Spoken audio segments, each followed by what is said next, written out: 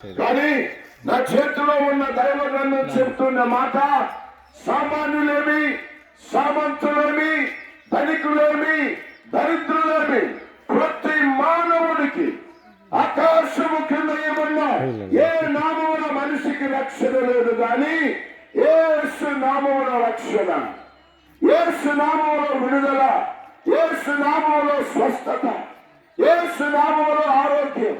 ఎందుకు ఈ మాట చెప్తున్నాం? ఈ మాట చెప్పడం ఆప్తనం ఏంటిది?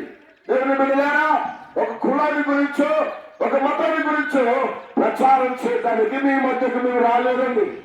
ఏ దేవుడైతే ఆకాశాన్ని భూమిని కలగజేశాడు, ఏ దేవుడైతే మానవుడిని ప్రేమించి మానవుని కోసం 2000 సంవత్సరాలకు పూర్వం సత్శరీరుగా నీవలే నావలే మానవతారిగా ఈ లోకానికి వచ్చాడు. చరిత్ర చెబుతూ ఉన్న సత్యం. ఏదో పుక్కని పురాణం కాదు, లేకుంటే కట్టు కథ కాదండి. యేసు క్రీస్తు శక పురుషుడు, యుగ పురుషుడు. 2000 సంవత్సరాలకు పూర్వం నా యేసు లోకంలో జన్మించాడు. 33 సంవత్సరాలు జీవించాడు. గుడ్డివారికి కాళ్ళు ఇచ్చాడు, గుడ్డివారికి కళ్ళు ఇచ్చాడు, మగవారికి నోరిచ్చాడు. 5 రొట్టెలు చేపలు 5,000 మందికి పంచాడు. సృష్టిని శాసించాడు, నీటి మీద నడిచాడు. అంత మాత్రమే కాదు, మరణముని ఎదిరించాడు. నారీని గ్రామంలో, ఇలాగ ఒక గ్రామంలో ఒక విధవరాలి కుమారుడు చనిపోతే యేసయ్య గ్రామానికి వెళ్తుండే వారు పారె మోసుకుంటూ వచ్చారు. ఆ తల్లికి ఒక్కడే కుమారుడు, తన భర్తను కోల్పోయింది. విధవరాలు కన్నీరు మున్నీరుగా విలపిస్తుంది. నాకు ఆధారం లేదు, నాకు దిక్కు లేదు, ఎందుకు ఈ భగవంతుడు నాకు అన్యాయం చేశాడని దుఃఖాత్కాంతుడై గుండె బాధతో ఏడుస్తూ ఉంటే నేను ప్రకటిస్తున్న యేసు ఆ తల్లి కన్నీటిని చూసి ఆ ప్రాణిని ముట్టి అయవనస్తుని సజీవుడిగా చేశాడు. హల్లెలూయా! యేసు శక పురుషుడు. Jesus is a historian. It is not a story. It's not somebody else proclamation of something else. ఎవరో చెప్పింది కాదండి. ప్రపంచ చరిత్రలో యేసు జన్మించాడు. ఎందుకు యేసు పుట్టాడని? యేసు ఎందుకు జన్మించాడు? మానవుని పాపం నుంచి విడిపించడం కోసం. ఏ దేవుడు దేవతని మన భారత హైందవ దేశంలో మనం పూజిస్తున్న ఎవరు కూడా మన కోసం ప్రాణం పెట్టలేదండి. మన కోసం రక్తం కార్చలేదు, మన కోసం చనిపోయి సమాధి చేయబడలేదు. ఇంకో మాట చెప్పి నేను ముగిస్తాను. ఈ భూమండలం మీద మనము భగవంతుని కోసం ప్రార్థన, గురులు, గోపురాలు, తీర్థయాత్రలు, అన్నదానాలు, వస్త్రదానాలు, బలియాగాలు చేస్తాం. ఎందుకో తెలుసా? ఆ భగవంతుని కరుణ మన మీదకి రావాలి, ఆ భగవంతుని దైవ దర్శనం మనకు కావాలి, ఆ భగవంతుని కృప మనకు కావాలని భగవంతుని కోసం మానవుడు ఈ రోజు పరిగెత్తుతా ఉన్నాడు. ఇది సత్యం. ఆయా కులానికి, ఆయా మతానికి రకరకాలుగా మానవుడు దైవం కోసం, ముక్తి కోసం, వైకుంఠం కోసం మానవుడు తప్పిస్తా ఉన్నాడు. మీరు నమ్మకపోయినా ఇది సత్యం. కానీ ఈ ఉదయ కాలం నేను ప్రకటిస్తున్న నా యేసు క్రీస్తు నిన్ను వెతుక్కుంటూ వచ్చాడు. నీవు ఆయన నెచ్చకలేదు.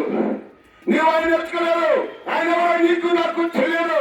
ఆయనే పరలోకాన్ని విడిచి భూలోకానికి దాసుని రూపం ధరించుకున్నాడు. ప్రపంచ చరిత్రలో ఎందరో గురువులు, దేవుని దేవతలు చెప్పబడినారు. కానీ నా యేసు ఎంత గొప్పవారంటే శిష్యుల పాదాలు కడిగాడు. నేను మీకు చేస్తున్నట్టుగా మీరు ఇతరులకు చేయమన్నాడు. శత్రువుని ప్రేమించడం నేర్పాడు. పాపి కోసం ప్రాణం పెట్టిన వాడు నా యేసు. పాపిని ప్రేమించిన వాడు నా యేసు. పాపి కోసం మరణించి రక్తము కార్చి సమాధి చేయబడి 3వ దినాన పునరుత్థానుడై లేచిన వాడు నేను ప్రకటిస్తున్న నా యేసు. ఎవరిని యేసుని నమ్ముకోవాలంటే ఏమి ఇవ్వాలి? 1016 ఇవ్వాలా? ఎక్కడికి పోయాలా? ఇంకోటి ఏమైనా చేయాలంటే ఏది అవసరం లేదు. రోమా పత్రిక 10వ అధ్యాయం చెప్తుంది, నీ నోటితో యేసు దేవుని ఒప్పుకొని, నీ నోటితో యేసు క్రీస్తు నీ కొరకు చనిపోయి సమాధి చేయబడి పునరుత్థానుడై తిరిగి లేచాడని నీ హృదయంలో విశ్వసించి నోటితో ఒప్పుకుంటే నువ్వు రక్షించబడతావు, నీ పాపములు క్షమించబడతాయి. బ్రదర్, అన్న, తమ్ముడు, కాలయాపన చేయకండి. కాలయాపన చేయకండి. ఇలా ఎన్నో విన్నాం, ఎందరో చెప్పారు. కానీ ఈ ఉదయ కాలం ప్రభు నీతో మాట్లాడుతున్నారు. ఎందుకో తెలుసా? నీ జీవితాన్ని మార్చాలని, నీకు మంచి జీవితాన్ని ఇవ్వాలని, నీ బ్రతుకుల పాపాన్ని క్షమించాలని, నిన్ను ఆయన సొంతం చేసుకోవాలి. ఏ రోజు ఎప్పుడు ఎక్కడ మనం ఈ భూలోక యాత్ర ముగిస్తామో తెలియదు. ఎప్పుడు ఎక్కడ మనం ఊపిరి ఆగిపోతారో తెలియదు. నీవు ఈ లోకాన్ని విడిచిపెట్టక ముందే సజీవుడైన యేసు పరలోకానికి ఆరోహణమై తిరిగి రాకముందే యేసుని అడగటం, రక్షణ పొందటం నీ జీవితంలో తీసుకున్న గొప్ప నిర్ణయం, నీ జీవితంలో గొప్ప తీర్మానం. ఇది యేసుని కలుసుకోవటం. ఆకాశాన్ని భూమిని సృష్టించిన దేవాతి దేవుడు నీకు తండ్రిగా, నీకు ప్రభువుగా, నీకు రక్షకుడుగా, నీకు స్నేహితుడిగా కావటం అనేది గొప్ప అదృష్టం, గొప్ప భాగ్యం. ప్రేమగా తమ్ముడు చెల్లి వాక్యం వెళ్తా ఉన్నావు. నీకు వినబడుతున్న దేవుని వాక్యం ఇది కుల ప్రచారం కాదు, మత ప్రచారం అసలుకి కాదు. నా యేసున్నాడు, నేనే మార్గం, నేనే సత్యం, నేనే జీవం, నేను తప్ప నీకు పరలోకం, వైకుంఠం, మోక్షం లేదని స్పష్టంగా చెప్పాడు నా యేసయ్య. ప్రేమైన తమ్ముడు, ఎందుకు ఆలస్యం చేస్తున్నావు? ఎందుకు నిర్లక్ష్య స్వభావంతో ఇది మాకు కాదనుకుంటున్నావు? ఇంకో సత్యం చెప్పి ముగిస్తాను. ఈ రోజు ఈ మాటకు నువ్వు లోపడకపోతే, ఈ రోజు ఈ మాటకు నువ్వు పరిచయం పెడితే, ఈ రోజు ఈ మాట నాకు కాదులే, వేరే వాళ్ళకి వాళ్ళు చెప్పుకొని వెళ్ళిపోతారు అనుకుంటున్నావు. కానీ నా చేతుల్లో బైబిల్ చెబుతుంది, ఈ మాటని ఆకాశాన్ని భూమిని సాక్ష్యం పెట్టి దేవుడు నిన్ను అడుగుతాడు. పలాని రోజు పలాని సమయం నీకు దేవుని వాక్యం వినిపించబడింది, దేవుని ప్రేమ పంచబడింది, క్రీస్తు వాక్యం ప్రకటించబడింది. నీవు దానికి ఎలా స్పందించావు? ఆ వాక్యానికి నీ స్పందన, నీ ప్రత్యుపకారం నువ్వేం చేస్తున్నావు అంటానికి మనం తప్పించుకోవడానికి లేదండి. కాబట్టి నా యేసు ఒక మాట చెప్పాడు, సర్వలోకానికి వెళ్ళి సర్వ సృష్టికి సువార్తను ప్రకటించుడి, అటు తరువాత అంతం వచ్చును. దేవుడు నిన్ను ప్రేమిస్తున్నాడు. నువ్వు దేవుని వెతకలేదు, కానీ దేవుడు నిన్ను వెతుక్కుంటూ నీ గ్రామంలో, నీ పల్లెకి, నీ ఇంటి ముందుకు, నీ బజార్లో, నీ షాప్ ముందుకు యేసయ్య ప్రేమ వాక్కు వచ్చింది.